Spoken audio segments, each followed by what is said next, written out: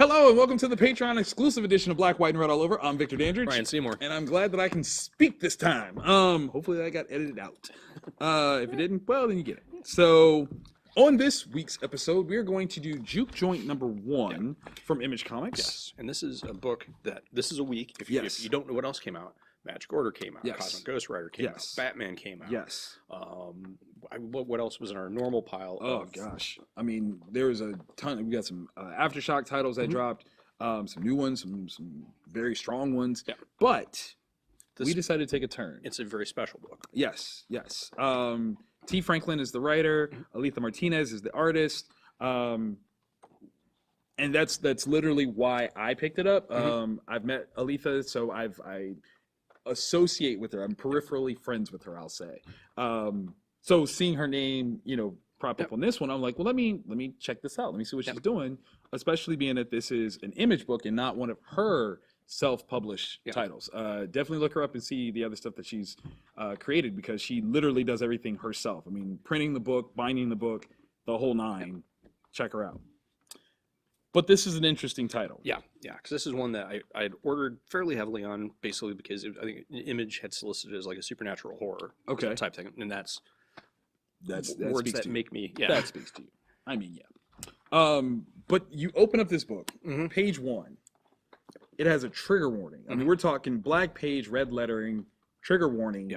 And it gives you a context of what type of book this is actually going to be. So you said, supernatural horror. Okay, cool.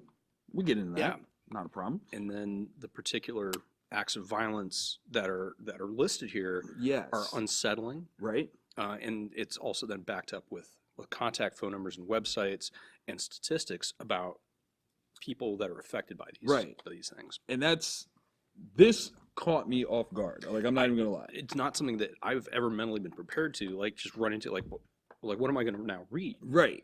Like, it almost creates it creates a barrier, it creates a guard.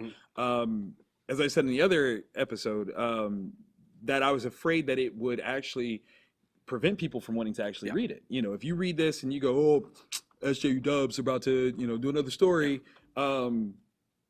does this, somehow impact the readership quality that this book needs to thrive, to continue? But then at the same time, if you are that person, you're probably why this book exists. Yeah, or you need to read it. Definitely need to read it. Yeah. Definitely. All right, so we open up and you get, like, right away an understanding for the more mature content, warning. We are clearly in a swamp, bayou style. Like, I got like a 1920s True Blood kind of vibe to it, which I really dug. Perfect, absolutely perfect. And you have different levels of people engaging recreationally, sexually, like in ways that obviously would not go well at a certain time period. Depending on how you look at it. I mean, there's an interracial couple, there's 2 ladies together, there's 2 guys together. Time frame wise, that could go poorly for everyone involved. But it starts off with this very interesting thing that says, these are the rules of this location called the Jook Joint. Basically, you obey the rules and you live to enjoy another night. And part of it comes across as, on the surface, as like these are just golden rules to live your life by. Right. You'll get kicked out if you don't. Right. Because it's this neutral sort of party place where everybody can just be themselves. Right. And enjoy themselves, and within the simple, like, don't be mean to people. Respect everyone. Keep your hands to yourself. And the thing that I think is interesting, though, is that these rules are literally plastered all over the place, in spite of the absolute moments of carnal interactions that we see earlier. So in some way, shape, or form, these are hard and fast rules, but with a caveat. Like, if the 2 parties are mutually interested, that's different. But if it's just a matter of you reaching, touching, hey, how you doing, that's not okay. Just because you're here does not mean consent. Right. Which is important. That's a very important thing. So we actually see a guy corner a lady, and he cops a feel. And she pops him one. real quick, cross the chin, smack, hands off. Check the sign. Like it says, keep your hands to yourself. It is what it is. Yeah. Dude is escorted out immediately. Yeah. You know, no questions. It is what it is. Yeah.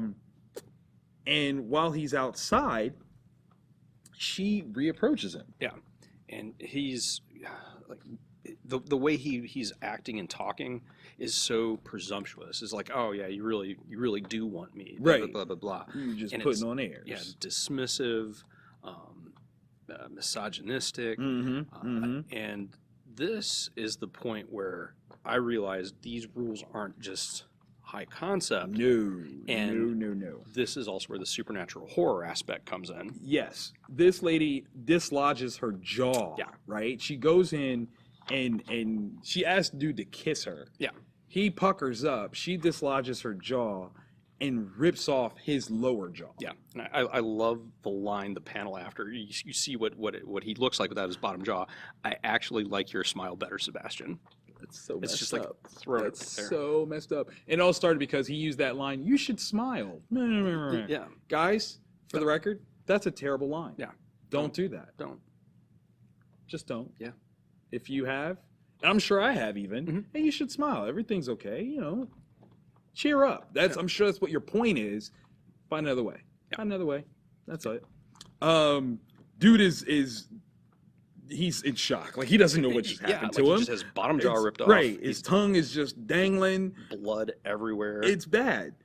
She's sweet though. She doesn't let him suffer too long. Yeah, that's the interesting thing. She does snap his neck. Yeah. But then drags him off someplace. Which that's interesting. Yeah. And her name is Queenie. Queenie don't play. Yeah. Queenie's got work to do, and it's real. So amongst all the hoopla, the crazy things that's going on, the music, the dancing, and all of it, there sits this woman watching, surveying everything. She seems to be the mother of the house. Yeah. And she also seems to be... Yeah, there's some kind of psychic abilities or something. Yeah. She's reading a room, literally. Yeah. Picking up different thoughts. Now, it's interesting because it seems like the thoughts that she specifically are picking up on are the negative ones. Yeah, that's what it's looking like. So if you're in a good place, you're fine. Yeah. But if you're not in a good place, that's a little... She knows. She knows. Yeah. So what I think is interesting is that the guy previously could easily be, nondescript. It's a white guy, right?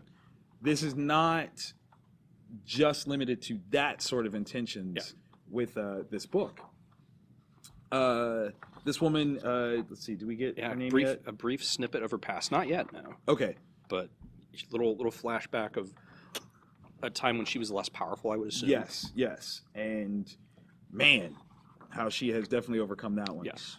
So she walks over to this group of guys that are kind of sitting there surveying, the ladies, and one of them she clearly has picked out as having had some definite intentions. And impure ones at that. Yeah. Outright saying like, "Hey, I want that girl over there, and I'm not taking no for an answer." Like that's not how things work. What? I get confidence. I can almost get like being arrogant and be like, girl, you should want to. But if she says no, that's it. End. Move on. The end. Yeah. Right?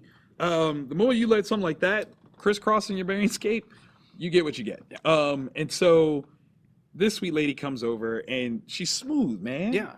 I mean, she's like, hey, how you like the music? How you like the drink? Yeah. Would you like some dessert? Wink, wink. Nudge, nudge. Dude is picking up the vibe. Yeah. I got a sweet tooth. Yeah. I likes to eat. She grazes his cheek. Yeah. Now, this is the thing that I think is interesting. This whole thing says, keep your hands to yourself. Yeah. This woman walks up and immediately starts touching. Yeah. So apparently, the rules are fluid for her, or she sets the rules and therefore definitely fluid for her. Although she doesn't. Well, no, her hand does touch my because I was going to say the ring. Yeah. The ring. Yeah, she starts off by rubbing his face, but then she rubs his face with a ring that she has. Yeah. And it's a scorpion ring. Yeah. And it stings him. Yeah. Right? First of all, you just stabbed me with a scorpion. Yeah. I'm gonna die. Like I just know it. It's just not good. It's so bad. So she's like, "Oh, I'm sorry. Why don't you enjoy yourself some dessert on me?" Which then makes it seem like this is technically a flop house. Yeah. So she's the madam of this house. Yeah. And the ladies that work there, or the guys that work there, she's in control of. Yeah. So this is her house. She he actually picks the one that he wanted to begin with, and she's like, "Yeah, she'll take good care of you." Yes. Yeah. Yeah. And then we see the further levels of power that she has, because there's some kind of doll, some kind of fetish. The scorpion drips blood or something, and then some needles come out, and she blinds the guy completely. Yeah, like literally stabs the fetish in the eyes, and the guy starts screaming, "Help! I can't see."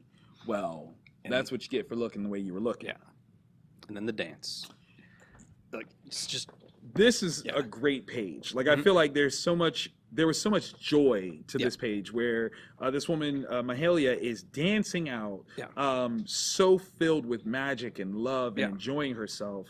This had to have been fun to do. Like, oh yeah, maybe it might have been the first page or the last page. If you're smart, it was the last page, so you can reward yourself with this one. But sometimes you don't do that. But yeah, so all these people speak with respect. They leave. She's like, "Hey, see you guys tomorrow. You guys follow the rules. Good on you. Yeah. Have a good time." Yeah. Nobody's getting. It's like everybody's leaving orderly. It's closing time. Cool. Very like it. When the community is functioning, right? It's love smooth. And harmony. Super smooth. So Mahalia starts leaving. Auntie, as they call her. Yeah. Hi, Auntie. She walks into the bayou, and you know that there's something more to her. Not only did she blind a dude with a voodoo doll, but she literally walks in between two gators. Yeah, and I'm not sure that she's walking through the water as opposed to on the water. Yeah, so like there's something next leveler. Right, but I mean, she does literally sink into the water. Yeah, because where there's a hidden cave. Yeah. Okay. And when she emerges through, she's in like this den. Yeah. And she's greeted by a variety of ladies, most of whom are naked. Yeah. And I think this is kind of an interesting sort of coven style setup. Yeah. All the ladies are very pleased to see her, including Queenie, who we saw earlier, who's still wearing her dress. Yeah. And is still soaked with blood. Yeah. So Mahalia is like, "Oh, I see you. You definitely had some fun tonight." And she's like, "Well, yeah, but it was within context." And Auntie's like, "Well, listen, I'm hungry. Are y'all hungry?" Yeah. "Babies, y'all won't eat. Y'all won't eat." And then, wow, they are feeding on. Yeah. The guys who did not follow the rules. Yeah. Now, it's interesting because it's only guys that are in here. So, presumably, are the rules strictly for guys? Are those the only ones who happen to break the rules this time? I don't know. Yeah. I don't know. But it's a brutal 2-page spread. It's the rough. music I listen to, the album artwork. There you go. This is brutal. Yeah. The ladies literally start eating the guys. Yeah. Okay. Now we're not saying like, oh, vampire, teeth sharpened and all that. Yeah. No, they still look very normal. Yeah. They're just eating these guys. Yeah. Raw. Okay. Like they're not even like filleting, frying, baking, rotisserie style. It's this very I don't know if animalistic is the right phrase. It's a good one though. It's a good one. It's a good one. And I don't think that. Auntie decides that one guy, specifically the guy that she blinded, he's being too loud. He's being too loud. Yeah, and she that is one way to make a man. That's called a ball gag. Yeah, literally. That is literally very much so. Okay. That's she's brutal. Yeah. Okay. The next page we see a little bit more of Auntie Mahalia's intention. She Yeah. is now praying, she's summoning, and she can feel someone else, another woman Yeah. who is suffering an abusive relationship. And this is rough. Obviously, this lady is getting physically abused. There's a child in the home. The child isn't safe. Yeah. Yeah. This is all kinds of bad there. Yeah. Like all kinds of bad. She comes to and is like, I need to find this lady. Yeah. Heloise is her name. I need to find her. She's not safe. Right. Like in any capacity. Yeah. Queenie from before, comes up and is like, hey, are you okay? Yeah. She's like, look, I've been around a long time. I've been with you a long time, but your face right now has me concerned. Yeah. And she's like, well, I appreciate it. Yeah. Clearly, Auntie's been around for a while. Yeah. But that panel of you've been telling me for over a century. So like what, like if they're not vampires, what kind of are they? Yeah. Because they are, look, wag don't crack, but wow. Okay, Yeah. like that's what that is right there. There's like, limitations. There's supposed to be, at the very least, they're supposed to be. So the next day, clearly, we see Auntie Mahalia at the Jook Joint. Like she's back at the spot, but it's a place where people can come through. Like she's almost like a voodoo midwife. Yeah. Right? Medical help. Yeah. Need that. Need help with business or something. Need that. She's got stuff. Yeah. This lady brings her colicky kid over, and she provides some herbs and is like, hey, rub this on his feet, and kid'll be cool. Don't even worry about it. And sure enough, Heloise shows up.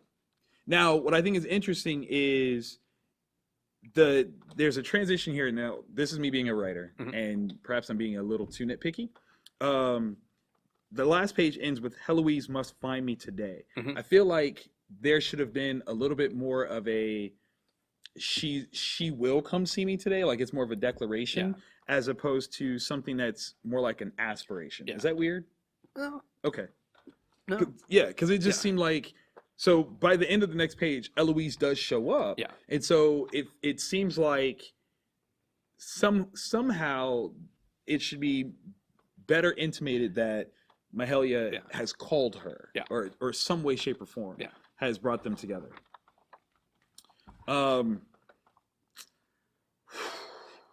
It's rough. That's rough. Heloise has been beaten. Trying to hide it with sunglasses. Yes. And Mahalia's like, no. Show me you.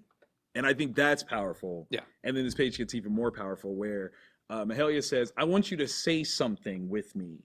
Yeah. And it's going to hurt. It's going to be really hard, but I want you to do this. I want you to say, it's not your fault. Yeah. And you can see that this is hard, and it builds up into this very disarming, just open moment for Heloise.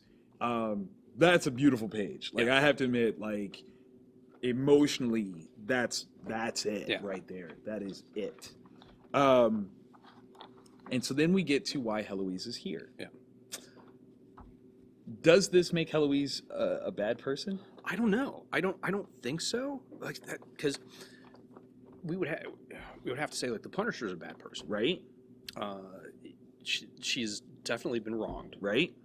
If what I think is going on with her daughter is true, oof, even wronger still. Yeah. Yes.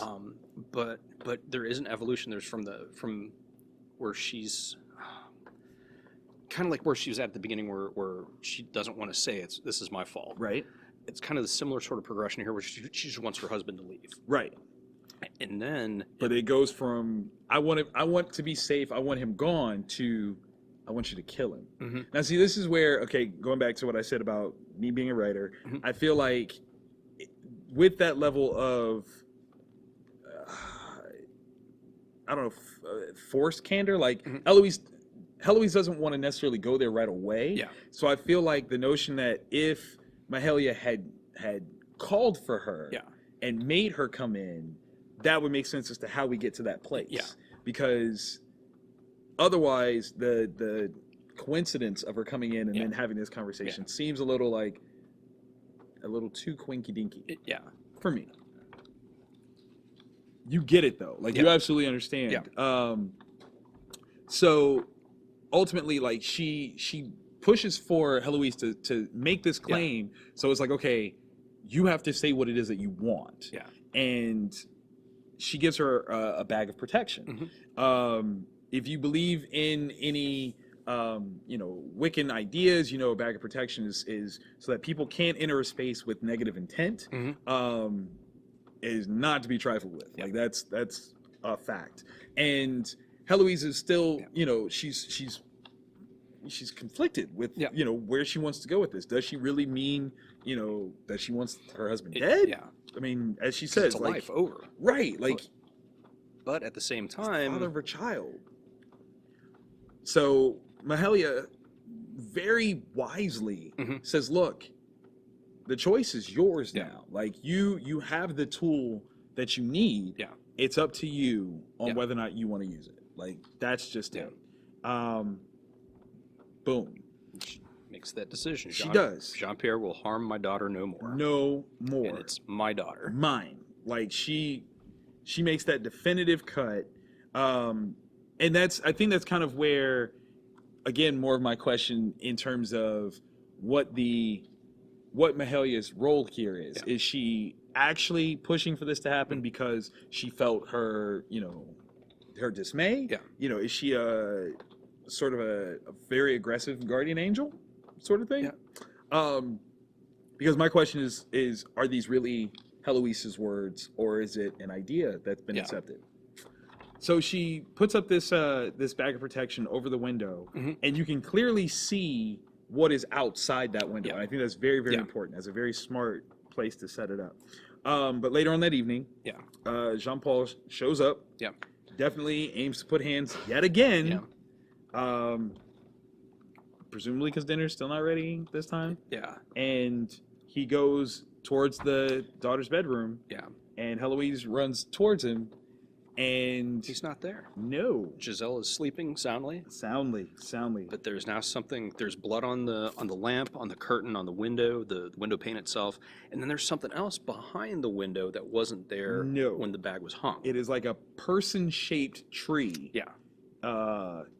Very interesting sort of move. Yeah. Now, okay, so we were talking about this earlier, and again, me as a writer, this is me as a writer, not necessarily saying good or bad, but I think that if we had another page where we could hear that there is in fact something happening, we don't have to see it. It could literally still be where Heloise is getting up and struggling to get into the room. Yeah. Which one would definitely show.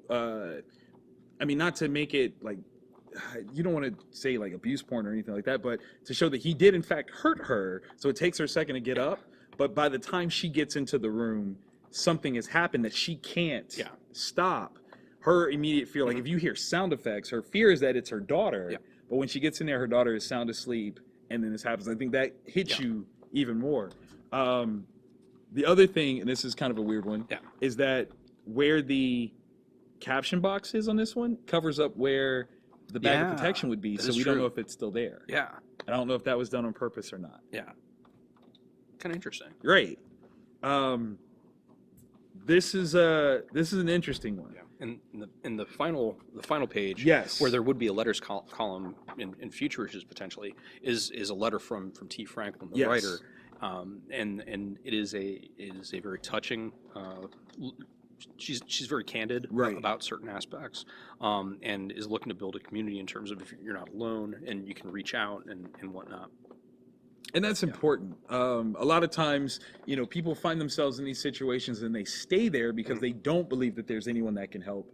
And no matter what, it is definitely our hope that you would find hope in your situation, to believe that there is a way out, no matter what situation you find yourself. And hopefully that outlet, that escape, is not the bitter end, but a brighter tomorrow. So. If you are in any way, shape, or form suffering in any sort of horrible situation, please find help for yourself. And I'm really happy that this book exists. This is a powerful thing. It's not at all what I was expecting. No, and I don't think that that's a bad thing. No. Shout out to Steve Lieber for doing a pinup. Steve is a cool guy. Like I've known Steve for quite a long time, and I love this piece. Like it's awesome. It speaks volumes, and very, very cool book. Very, very cool. Jook Joint #1, man. Image Comics, T. Franklin, Aletha Martinez. Like, this is a good read. Stuff. This is a good read. It's heavy. It's dark. Yeah. Certainly not for the young ones. Yeah, very mature readers. And no, take that trigger warning very, very seriously. Very, very seriously. Very, very seriously. But pick this book up because it needs to be out here. It needs to live. That's real. Wow. Thank you guys for being our Patreon members. We definitely appreciate all the love and support. Do us a favor, like and share our Facebook page. Let more people know about it, and see if you can convince some other people to jump in on Patreon. We might have some other things that are going on. Yeah, I know a guy that owns a store. Hey, I know a guy that knows a guy that owns a store. It's true.